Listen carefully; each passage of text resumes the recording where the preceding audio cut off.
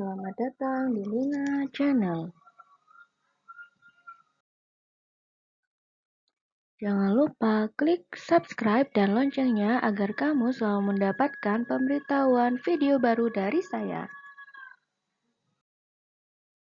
Ini kita akan belajar tentang tema 1, indahnya kebersamaan. Subtema 1, keberagaman budaya bangsaku. Pembelajaran 1 pada siswa kelas 4 SD. Yuk kita amati gambar di samping. Nah, dari gambar ini kita bisa menyimpulkan dari pakaian tradisional dan rumah adat di gambar dapat disimpulkan bahwa penari tersebut berasal dari suku, ya benar sekali, suku Bali. Ada yang tahu nama rumah adat suku Bali? Nama rumah adatnya adalah Gapura Candi Bentar. Sedangkan makanan khasnya ada banyak ya, antara lain ada ayam betutu, plecing, sambal mata, dan lain-lain. Tarian Bali yang paling terkenal adalah tari pendek, tari kecak, tari legong, dan lain-lain. Nah, kali ini kita akan membaca sebuah teks. Dalam sebuah teks bacaan dalam satu paragraf, terdapat gagasan pokok dan gagasan pendukung. Apa itu gagasan pokok? Gagasan pokok adalah ide utama yang dibahas dalam suatu bacaan. Bisa berupa kalimat inti atau pokok paragraf. Sedangkan gagasan pendukung adalah uraian atau tambahan informasi untuk gagasan pokok. Menentukan gagasan pokok. Ada beberapa cara dalam menentukan gagasan pokok. Antara lain, 1. Bacalah paragraf dengan cermat. 2. Cermati kalimat pertama hingga terakhir. Apakah kalimat pertama merupakan gagasan pokok atau gagasan penjelas? Apakah kalimat kedua yang merupakan gagasan pokok? Teruslah membaca kalimat demi kalimat hingga gagasan pokok paragraf ditemukan. Ingat, gagasan pokok sebagai isi atau inti paragraf dapat terletak di awal, dan akhir atau di seluruh paragraf.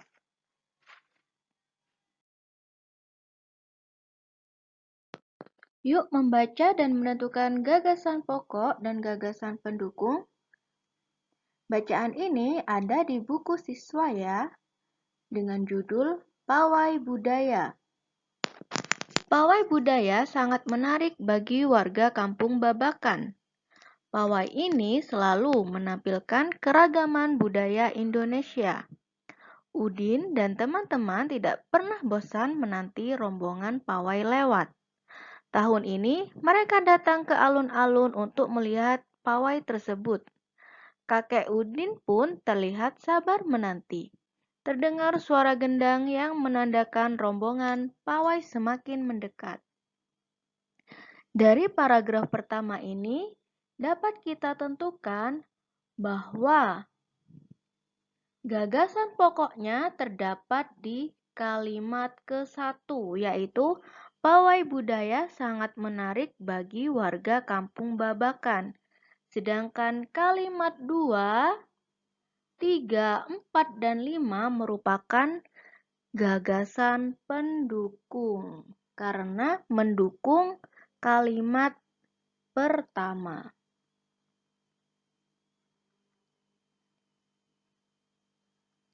Paragraf kedua. Di barisan pawai terdepan terlihat rombongan dari Maluku. Rombongan laki-laki mengenakan kemeja putih, jas merah, dan topi tinggi dengan hiasan keemasan. Rombongan perempuan mengenakan baju cile. Baju ini terdiri dari atasan putih berlengan panjang serta rok lebar merah. Langkah mereka diiringi oleh suara tifa, alat musik dari Maluku. Bunyinya seperti gendang, namun bentuknya lebih ramping dan panjang. Budaya Maluku sangat unik dan menarik. Nah, sama pada paragraf pertama, pada paragraf kedua, yang merupakan gagasan pokok adalah kalimat ke-1, yaitu di barisan pawai terdepan terlihat rombongan dari Maluku. Karena pada kalimat kedua, ketiga, keempat, kelima, keenam, dan ketujuh merupakan pendukung dari kalimat pertama. Jadi, gagasan pokoknya ada pada kalimat ke-1, sedangkan gagasan pendukungnya terdapat pada kalimat kedua dan ketujuh.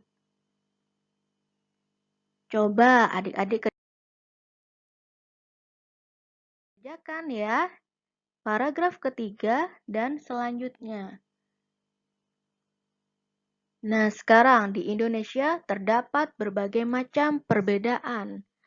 Kita harus saling menghargai dan menghormati segala perbedaan yang ada sebagai wujud semangat persatuan dan kesatuan. Sebagai rakyat Indonesia, kita harus berbangga karena negara kita merupakan negara yang sangat kaya. Kaya sumber daya alamnya, kaya akan sumber daya manusianya, kaya akan suku, bangsa, dan bahasanya. Semua perbedaan ini harus kita hargai dan hormati agar terwujud semangat persatuan dan kesatuan. Nah, di sini saya akan tampilkan beberapa hal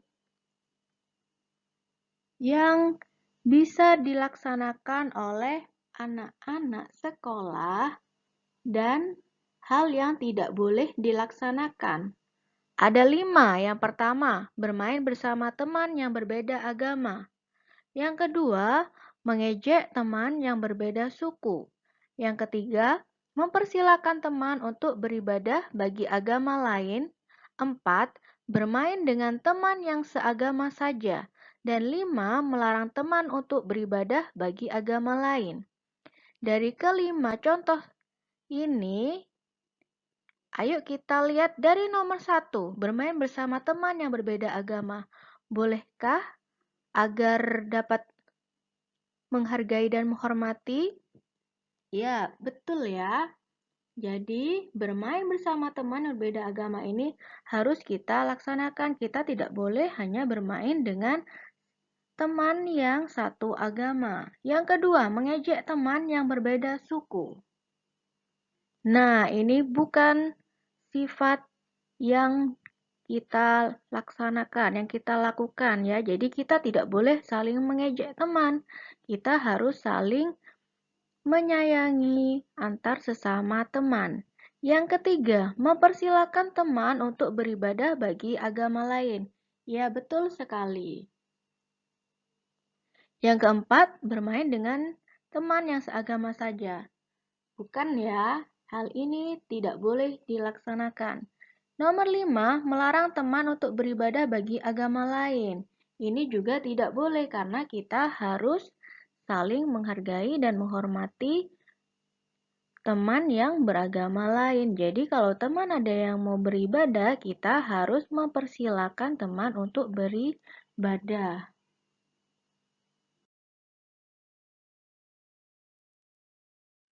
Nah, di sini ada beberapa gambar tentang alat musik tradisional Indonesia.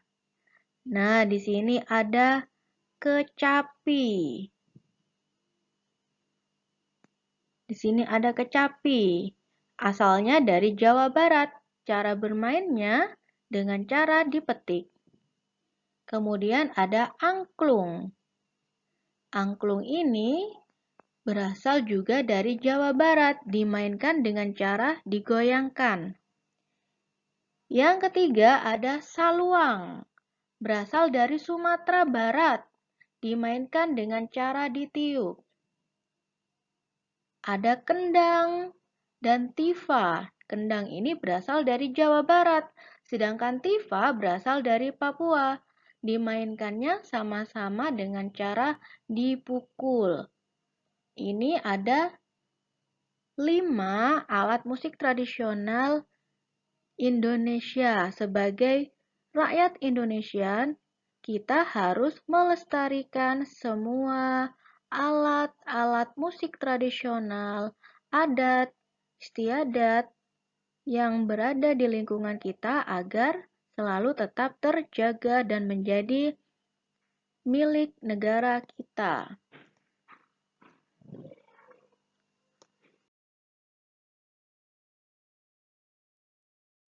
Semua alat musik tersebut jika dimainkan akan menghasilkan bunyi khasnya masing-masing. Nah, bagaimana alat musik tersebut bisa didengar oleh telinga kita?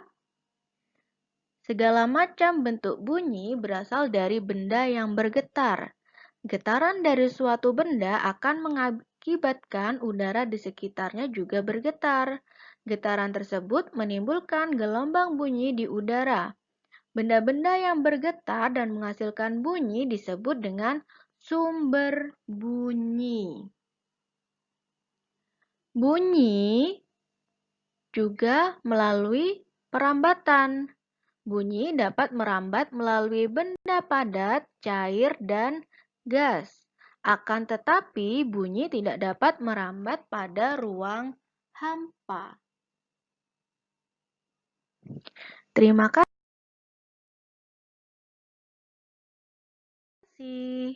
Cukup sekian dari saya. Apabila bermanfaat, jangan lupa klik subscribe.